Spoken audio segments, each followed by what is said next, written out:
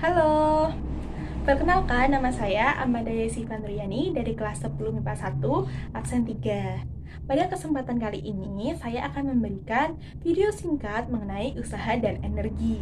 Oke, untuk yang pertama saya akan menjelaskan mengenai usaha ya.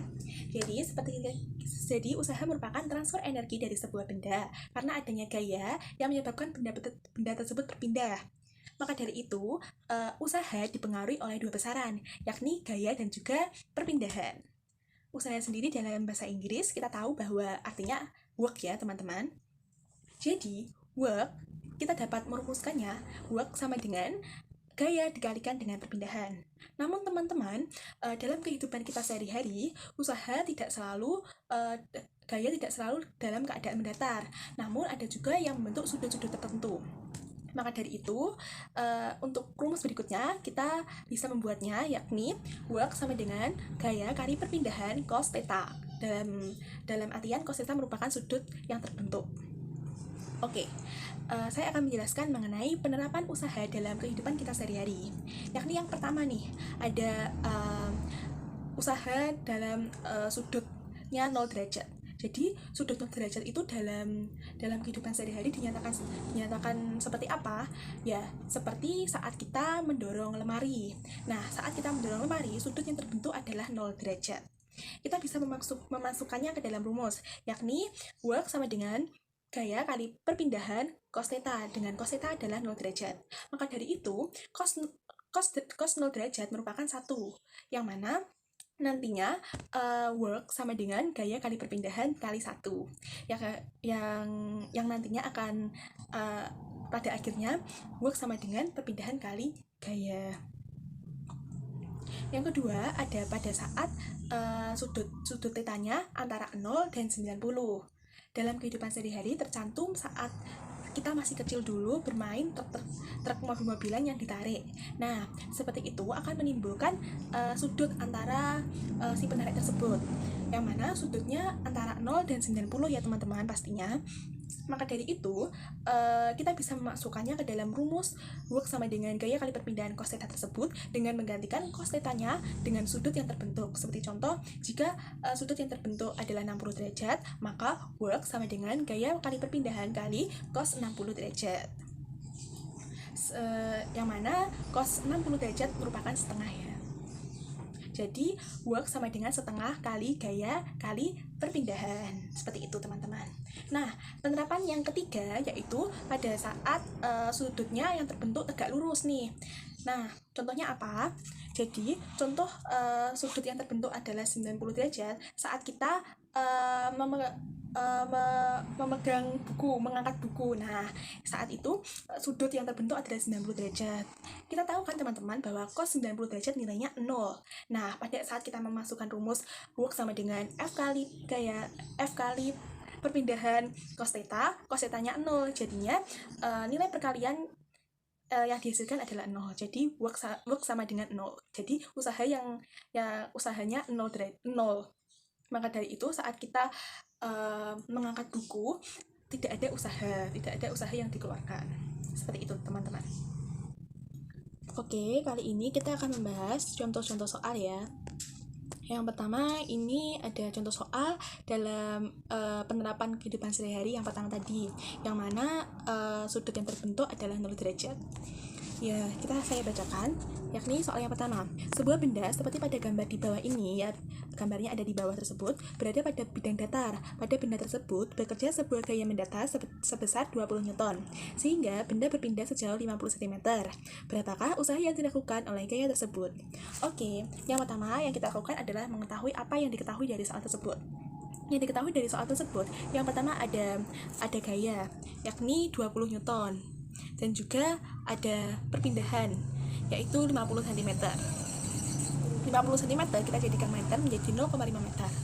Maka dari itu, dengan rumus work sama dengan gaya kali perpindahan, kita bisa memasukkan angka-angkanya, yang mana kita menghasilkan bahwa usaha yang diperlukan yakni 10 Joule. Oke, yang kedua, kita akan membahas soal yang kedua, yang mana ini seperti penerapan dalam kehidupan sehari-hari pada yang kedua tadi ya. Oke, saya akan membacakannya. Sebuah balok bermasa 10 kg ditarik dengan gaya 50 Newton, sehingga berpindah sejauh 8 meter. Jika alfa sama dengan 60 derajat dan gesekan antara balok dan lantai diabaikan, berapakah usaha yang dilakukan gaya tersebut? Ini gambarnya seperti di bawah ini. Kita tuliskan yang diketahui, yakni perpindahannya 8 meter dan sudutnya 60 derajat. Dan juga gayanya 50 Newton. Oke, kita bisa memasukkan angka-angka tersebut ke dalam rumus yang mana akan dihasilkan 200 Joule. Oke, ini merupakan pembahasan mengenai soal-soal. Yang kedua, kita akan membahas mengenai energi. Energi sendiri merupakan kemampuan untuk melakukan usaha. Sebagai contoh, dalam kehidupan sehari-hari, saat kita mendorong sepeda motor yang mogok, itu memerlukan adanya energi ya teman-teman. Oke, energi sendiri dapat berada dalam berbagai bentuk, yakni energi panas, energi cahaya, energi listrik, energi kinetik, energi kimia, dan lain sebagainya. Yang pertama, kita akan membahas mengenai energi kinetik. Oke, apa sih energi kinetik? Yakni energi kinetik merupakan energi yang dimiliki benda karena adanya gerakan atau kecepatan. Ya, jadi kunci utamanya berada pada gerakan kinetik, yaitu bergerak. Oke, jadi dalam energi kinetik ini kita tahu bahwa energi kinetik memiliki kecepatan atau V tidak sama dengan 0. Dan energi kinetik juga memiliki massa, yakni massa tidak sama dengan 0. Ya, oke. Maka dari itu, kita bisa menggunakan prinsip usaha energi. Yakni prinsip usaha energi berlaku jika W adalah usaha total yang dilakukan oleh setiap gaya yang bekerja pada benda. Jadi work sama dengan delta EK, yakni setengah dari massa dikalikan dengan kecepatan. Oke. Yang kedua, yakni energi potensial gravitasi. Oke, dalam energi potensial gravitasi adalah energi yang dimiliki suatu benda karena kedudukannya atau ketinggiannya. Nah, kuncinya ada di kedudukan atau ketinggiannya nih, teman-teman. Kedudukan itu posisi. Oke. Maka dari itu, kita tahu nilai usahanya gimana sih? Nilai usaha yang dilakukan oleh gaya yang menggerakkan benda dari H1 menuju H2. Ini bisa dilihat gambarnya ya, teman-teman. Tanpa percepatan sama dengan perubahan energi potensial benda antara H1 dan H2. Oke, untuk tahu rumusnya, ini ada rumusnya, yakni work sama dengan delta EP, yaitu mg kali perubahan ketinggian, perubahan posisi. Jadi yang ketiga ada energi potensial pegas nih. Oke, energi potensial pegas berhubungan dengan benda-benda yang elastis. Kalian tahu nggak benda-benda yang elastis tuh kayak apa? Nah, benda-benda yang elastis tuh kayak per, kayak kasur yang spring bed itu. Nah, itu menggunakan prinsip pegas, teman-teman. Oke. Prinsip pegas ini yaitu energi yang dibutuhkan untuk meregangkan atau menekan pegas.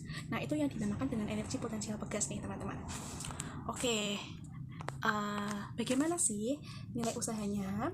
Nah, jika kita tinjau dari gambar tersebut, sebuah pegas dengan konstanta K yang terletak di atas lantai licin, pegas diberi gaya luar sebesar F sehingga ujung pegasnya bergeser sejauh X. Ini ya gambarnya, teman-teman. Perubahannya yaitu X. Kita dapat simpulkan bahwa work sama dengan min delta EP. Kenapa min? Karena arahnya berlawanan nih, teman-teman. Oke, jadi min setengah K kali X2 kuadrat min X1 kuadrat. Oke, untuk berikutnya kita bahas contoh-contoh soalnya ya. Oke. Yang contoh soal pertama, saya bacakan. Sebuah benda berada pada ketinggian 40 meter dari tanah. Kemudian benda itu jatuh bebas. Berapakah usaha yang dilakukan gaya berat sehingga benda sampai ke tanah? Jika diketahui massa benda 1,5 kg dan percepatan gravitasi bumi 10 meter per sekon kuadrat. Oke, kita akan seperti biasa kita akan menulis yang diketahui terlebih dahulu, yakni H1-nya sama dengan 40 meter, H2-nya 0 meter dan juga masanya 1,5 kg dan gaya gravitasinya adalah 10 meter per sekon kuadrat.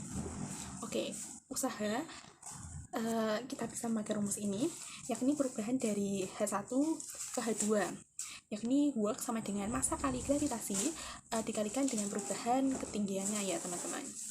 Nah, seperti ini. Nah, kita hasilkan yakni usahanya 600 Joule. Oke, contoh soal kedua. Sebuah benda bermasa 2 kg berada dalam keadaan diam pada sebuah bidang datar yang licin. Kemudian pada benda bekerja gaya 20 Newton, sehingga kecepatannya berubah menjadi 10 meter per sekon. Tentukanlah yang pertama ada usaha yang dilakukan dan perpindahan benda. Oke, kita ilustrasikan terlebih dahulu dan kita cari yang diketahui terlebih dahulu ya teman-teman. Yang pertama dalam keadaan diam, berarti V1-nya sampai dengan 0 dan V2-nya sebesar 10 meter per sekon dan massa bendanya adalah 2 kg. Untuk ilustrasinya bisa dilihat ya. Oke, dengan menggunakan persamaan tersebut kita peroleh bahwa usaha yang dilakukan oleh gaya F adalah ya ini perubahan dari yang pertama ke yang kedua ya teman-teman. Nah, kita bisa hasilkan 100 Joule usahanya. Jarak yang ditempuh adalah berapa? Nah, kita bisa memakai rumus work sama dengan gaya kali perpindahan nih. Nah, untuk mencari perpindahan atau jaraknya, kita bisa membaginya, yaitu 100 Joule dibagi dengan gayanya 20 Newton, yakni 5 meter. Oke, sampai di situ dulu ya penjelasan mengenai usaha dan energi. Bye-bye, sampai jumpa. Assalamualaikum warahmatullahi wabarakatuh.